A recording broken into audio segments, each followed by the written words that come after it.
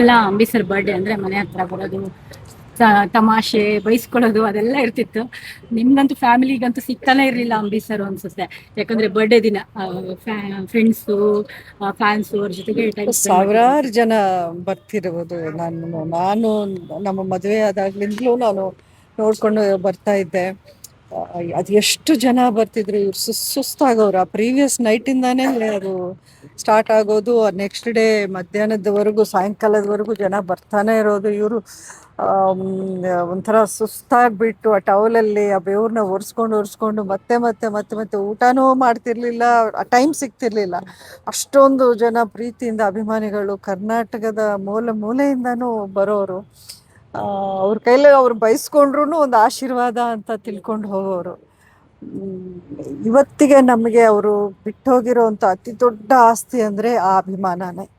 ಆ ಅಭಿಮಾನ, ಆ ಪ್ರೀತಿ, ಅವ್ರು ಬಿಟ್ಟು ಹೋಗಿರೋವಂಥ, ಅವ್ರು ಗಳಿಸಿರೋವಂಥ ಹೆಸರು, ಆ ಪ್ರೀತಿ ಇದೆಯಲ್ಲ, ಅದೇ ನಮ್ಮನ್ನು ಇವತ್ತಿಗೂ ಕಾಪಾಡ್ಕೊಂಡು ಬರ್ತಾ ಇದೆ ಅನ್ನೋದು ನನ್ನ ವಿಶ್ವಾಸ.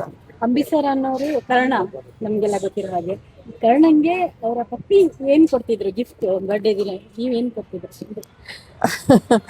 ಅವರು ಆ್ಯಕ್ಚುಲಿ ಹೆಚ್ಚಾಗಿ ಅವರ ಆ ಥರ ಆಸೆನೂ ಪಡ್ತಿರ್ಲಿಲ್ಲ. ಅವರು ಏನು ತುಂಬ ಶಾಪಿಂಗ್ ಮಾಡ್ತಿರ್ಲಿಲ್ಲ. ಇಂಥ ವಾಚ್ ಬೇಕು ಅಂತ. ಅವ್ರಿಗೆ ಕಾರ್ಸ್ ಗಾಡಿಗಳು ಇಷ್ಟ ಇತ್ತು, ವಾಚ್ಗಳು ಇಷ್ಟ ಇತ್ತು. ಸೊ ಅದನ್ನು ಬಟ್ ತುಂಬ ಜನ ಅವ್ರ ಫ್ರೆಂಡ್ಸೇನೆ ಗಿಫ್ಟಾಗಿ ಕೊಡೋರು. ಸೊ ಹಾಗಾಗಿ ನಮಗೆ ಅವ್ರಿಗೆ ಕೊಡೋಕ್ಕೆ ಅಂತ ಏನೂ ಇರಲಿಲ್ಲ. ಬಟ್ ಅವರ 60ನೇ ಹುಟ್ಟುಹಬ್ಬಕ್ಕೆ ನಾನೊಂದು ಸ್ಪೆಷಲಾಗಿ ಒಂದು ಚೈನು ಪೆಂಡೆಂಟ್ ಕೊಟ್ಟಿದ್ದೆ. ಅವರು ತುಂಬ ಅದನ್ನು ಇಷ್ಟಪಟ್ಟು ಯಾವಾಗಲೂ ಹಾಕ್ಕೊಳ್ಳೋರು. ಅದನ್ನು ಒಂದು ಸುಮಾರು ಯೂಟ್ಯೂಬಲ್ಲೂ ಆ ವಿಡಿಯೋಗಳಿದೆ. ಅವರು ಆ ಚೈನ್ನ ತೋರಿಸ್ತಾ ಇರೋದು. ಅದು ಅವ್ರಿಗೆ ತುಂಬ ಲಕ್ಕಿ ಅಂತ ಅವರು ಫೀಲ್ ಮಾಡೋರು. ಸೊ ಈ ರೀತಿಯ ಒಂದು ಹಲವಾರು ಸಿಹಿ ನೆನಪುಗಳು. ನಾವು ಪ್ರತಿದಿನ ನಾವು ಫ್ರೆಂಡ್ಸ್ ಸೇರಿದಾಗ ಅಥವಾ ನಮ್ಮ ಫ್ಯಾಮ್ಲಿ ಎಲ್ಲ ಕೂತಿದ್ದಾಗ ಎಲ್ಲ ಸೇರಿದಾಗ ಆ ನೆನಪುಗಳು ನಗ್ತೀವಿ ನಾವು. ಅವ್ರನ್ನ ಮಿಸ್ ಮಾಡೋಕ್ಕಿಂತ ಅವ್ರು ನಮ್ಮ ಜೊತೆಲೇ ಇದ್ದಾರೆ ಅನ್ನೋ ಫೀಲಿಂಗಲ್ಲಿ ಅವ್ರ ಮಾತುಗಳು, ಅವರ ಒಂದು ಇದದು ಮಿಸ್ಚೀವಿಯಸ್ ಇದಿತ್ತಲ್ಲ ಅವ್ರಿಗೆ, ಎಲ್ಲಾನು ನಗಿಸೋ ಅಂತ ಒಂದು ಕ್ವಾಲಿಟಿ. ಅಂಬರೀಷ್ ಅವ್ರು ಇದ್ದಿದ್ರೆ ಒಂದು ಸೆಕೆಂಡ್ಗೂ ಅವ್ರನ್ನ ಬಿಡ್ತಾ ಇರ್ಲಿಲ್ಲ ಇವ್ರನ್ನ. ಯಾಕೆಂದ್ರೆ ಮಕ್ಕಳು ಅಂದ್ರೆ ಅವ್ರಿಗೆ ಪ್ರಾಣ ಅನ್ನೋದು ಎಲ್ರಿಗೂ ಗೊತ್ತಿರೋ ವಿಚಾರ. ಎಲ್ರ ಮಕ್ಕಳನ್ನೂ ಅವರು ಪ್ರೀತಿಸೋರು. ಇನ್ನು ತನ್ನ ಮೊಮ್ಮಗ ಅಂತ ಬಂದಾಗ ಅದು ಎಷ್ಟು ಪ್ರೀತಿಸ್ತಾ ಇದ್ರು ಅನ್ನೋದು ನಾವು ಊಹೆನೂ ಮಾಡೋಕ್ಕಾಗ್ತಿರ್ಲಿಲ್ಲ. ಬಟ್ ಎಲ್ಲೋ ಅವರು ನೋಡಿ ಖುಷಿ ಪಡ್ತಿದ್ದಾರೆ ಅಂತಾನೆ ಅನ್ಸುತ್ತೆ. ಅಭಿ ಸರ್ದು ನೆಕ್ಸ್ಟ್ ಸಿನಿಮಾ ಇನ್ನು ಬರ್ಲಿಲ್ಲ, ಅವಾಗ ಅದೇನೋ ಅದು ಒಂದಷ್ಟು ಸ್ಕ್ರಿಪ್ಟ್ಸ್ ಅವನು ನೋಡಿದ್ದಾನೆ, ಅದನ್ನು ವರ್ಕೌಟ್. ಈ ಸಲ ಲಾಸ್ಟ್ ಟೈಮ್ ಆಗಿರೋ ಮಿಸ್ಟೇಕ್ಸ್ ಆಗಬಾರ್ದು. ಸರಿಯಾದ ಒಂದು ಸ್ಕ್ರಿಪ್ಟು, ಅದನ್ನು ಸೂಟಬಲ್ ಕ್ಯಾರೆಕ್ಟರ್ ಬಂದ್ರೇನೆ ಮಾಡಬೇಕು, ಅಲ್ಲಿವರೆಗೂ ಮಾಡಬಾರ್ದು ಅನ್ನೋ ಒಂದು ಮನಸ್ಥಿತಿಯಲ್ಲಿದ್ದಾರೆ. ಉಳಿದಿದ್ದ ಅವ್ರನ್ನ ಕೇಳ್ಬೋದು ನೀವು. ರಾಜಕೀಯ ಬೆಳವಣಿಗೆ ಸೆನ್ಸೇಷನ್ ಆಗಿದೆ. ರಾಜೀನಾಮೆ ಕೊಟ್ಟಾಯ್ತು. ನೆಕ್ಸ್ಟ್ ಯಾರು ಮುಖ್ಯಮಂತ್ರಿ ಅಂತ ಡಿ ಕೆ ಶಿವಕುಮಾರ್ ಹೆಸರು ಬರ್ತಾ ಇದೆ. ಎಲ್ಲ ರಾಜಕೀಯ ಬೆಳವಣಿಗೆ ಬಗ್ಗೆ ತಾವೇನು ಹೇಳ್ತೀವಿ? ನೋಡಿ, ಬದಲಾವಣೆ ಅನ್ನೋದು ಅವ್ರ ಪಕ್ಷದ ಒಂದು ಆಂತರಿಕವಾಗಿ ಆಗಿರುವಂಥ ವಿಚಾರ. ಚೀಫ್ ಮಿನಿಸ್ಟರ್ ಬದಲಾವಣೆ ಆಗಿರೋದು. ಯಾರೇ ಬಂದರೂ ನಾವೇ ಎದುರು ನೋಡೋದು, ಒಳ್ಳೆ ಆಡಳಿತ ಕೊಡಬೇಕು, ಜನರ ಕಷ್ಟ ಸುಖ ಆಲಿಸಿ ಅವ್ರಿಗೆ ಒಂದು ಪರಿಹಾರ ಮಾಡಬೇಕು ಅನ್ನೋದು. ಈಗ ನೋಡಿದ್ರೆ ಈ ಬೆಂಗಳೂರಿನ ಪರಿಸ್ಥಿತಿನ ನೋಡಿದ್ರೆ, ನಿನ್ನೆ ಬಂದಿರೋ ಮಳೆಗೇನೆ ಎಲ್ಲ ಒಂದು ರೀತಿ ಎಷ್ಟು ಅವಾಂತರಗಳಾಯಿತು ಅನ್ನೋದು ನಮ್ಮ ಕಣ್ಣಾರೆ ನೋಡ್ತಾ ಇದ್ದೀವಿ. ಇನ್ಫ್ರಾಸ್ಟ್ರಕ್ಚರ್ ಅನ್ನೋದು ಎಲ್ಲೆಲ್ಲೂ ಸರಿಯಾಗಿಲ್ಲ.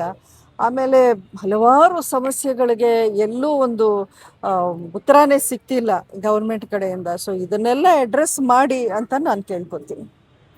ಸಮರ್ಥವಾಗಿ ಅಂದ್ರೆ ಈಗ ಚಿತ್ರರಂಗದಲ್ಲಿ ಇರೋವರೆಗೂ ಅಂಬರೀಷ್ ಅಣ್ಣ ಇರೋವರೆಗೂ ಸಾಕಷ್ಟು ಅಂದ್ರೆ ನಾಯಕತ್ವ ವಹಿಸ್ಕೊಳ್ತಾ ಇದ್ರು. ಎಂಥದೇ ಸಮಸ್ಯೆ ಬಂದ್ರೆ ಚಿತ್ರರಂಗದ ಸಮಸ್ಯೆಗಳನ್ನ ಪರಿಹರಿಸ್ತಾ ಇದ್ರು. ಎರಡು ಕಡೆ ಯಾವ ರೀತಿ ಎರಡು ಕಡೆನೂ ಒಂದು ರೀತಿ ಇದನ್ನ ಮಾಡಿ ಅವ್ರ ಮಾತಿಗೂ ಒಂದು ಬೆಲೆ ಇರ್ತಿತ್ತು. ಅವರು ಹೇಳಿದ್ರೆ ನ್ಯಾಯ ಅನ್ನೋ ರೀತಿ ಅಗತ್ಯರ್ತಿತ್ತು. ಈಗ ಯಾರು ನೋಡಿ, ಎಲ್ರಿಗೂ ಅಂಬರೀಷ್ ಅವ್ರ ಥರನೇ ಸಾಮರ್ಥ್ಯತೆ ಇರುತ್ತೆ ಅನ್ನೋದು ನಾವು ಎಕ್ಸ್ಪೆಕ್ಟ್ ಮಾಡೋದು ತಪ್ಪೇ ಆಗತ್ತೆ. ಒಬ್ಬೊಬ್ರದ್ದು ಒಂದೊಂದು ರೀತಿ ಹ್ಯಾಂಡಲ್ ಮಾಡುವಂಥ ಒಂದು ಪ್ರೋಸೆಸ್ ಇರುತ್ತೆ. ಈಗ ಖಂಡಿತ ಚಿತ್ರರಂಗಕ್ಕೆ ಆ ರೀತಿಯ ಒಂದು ನಾಯಕತ್ವದ ಕೊರತೆ ಇದೆ ಅನ್ನೋದು ಅಂತೂ ನಿಜ. ಅದನ್ನು ಯಾವ ರೀತಿ ಪರಿಹಾರ ಮಾಡಬೇಕು, ಯಾವ ರೀತಿ ಇದನ್ನು ಒಂದು ಸೊಲ್ಯೂಷನ್ ಹುಡುಕಬೇಕು ಅನ್ನೋ ಒಂದು ಪ್ರೋಸೆಸ್ಸಲ್ಲೇ ನಾವೆಲ್ಲರೂ ಇದ್ದೀವಿ. ನಾನು ಹೇಳಿದ್ದೀನಿ, ಆರ್ಟಿಸ್ಟ್ ಅಸೋಸಿಯೇಷನ್ನು ಆದಷ್ಟು ಬೇಗ ಒಂದು ಎಲೆಕ್ಷನ್ ಆಗಲಿ, ಆರ್ಟಿಸ್ಟ್ಗೂ ಒಬ್ಬರು ಲೀಡ್ರು, ಒಬ್ಬರು ರಿಪ್ರೆಸೆಂಟೇಟಿವ್, ಅವ್ರನ್ನ ಸಮರ್ಥವಂತವಾಗಿ ಅವರ ಕಷ್ಟ ಸುಖ ಇದನ್ನು ನೋಡ್ಕೊಳ್ಳೋಕ್ಕೆ ಒಬ್ರು ಬೇಕೇ ಬೇಕು ಅನ್ನೋವಂಥ ವಿಷಯ ನಾನು ಸ್ವಲ್ಪ ಒತ್ತಾಯ ಮಾಡ್ತಾ ಇದ್ದೀನಿ. ಎಲೆಕ್ಷನ್ ಆದಷ್ಟು ಬೇಗ ಆಗಲಿ. ಅದರಲ್ಲೂ ಏನೋ ಅಲ್ಲಲ್ಲಿ ಟೆಕ್ನಿಕಲ್ಲು ಅದು ಇದು ಅಂತ ಹೇಳ್ಕೊಂಡು ಕೆಲವರು ಪ್ರಾಬ್ಲಮ್ ಕ್ರಿಯೇಟ್ ಮಾಡೋಕ್ಕೇನೆ ಬರೋರು ಇರ್ತಾರೆ. ಅದನ್ನೆಲ್ಲ ಆ ಚಾಲೆಂಜಸ್ನ ಫೇಸ್ ಮಾಡಿಕೊಂಡು ಒಂದು ಸರಿಯಾದ ಒಂದು ಸೊಲ್ಯೂಷನ್ ಸಿಗುತ್ತೆ ಅನ್ನೋ ಆಸೆಯಲ್ಲಿ ನಾವೆಲ್ಲರೂ ಇದ್ದೀವಿ. ಮುಂದೆ ಆ ತರ ನಾಯಕತ್ವ ವಹಿಸ್ಕೊಳ್ಳಕ್ಕೆ ಯಾರು ಅದು ಅಂದರೆ ಚಿತ್ರರಂಗದ ಎಲ್ಲ ವರಿಷ್ಠರು ಅಥವಾ ಎಲ್ಲ ಸದಸ್ಯರು ಅವರು ಕೂತ್ಕೊಂಡು ತೀರ್ಮಾನ ಮಾಡಬೇಕು. ಒಬ್ಬರು ನಾನು ಇವರು ಅಂತ ಹೇಳೋಕ್ಕಾಗೋದೆಲ್ಲ ತಪ್ಪಾಗತ್ತೆ.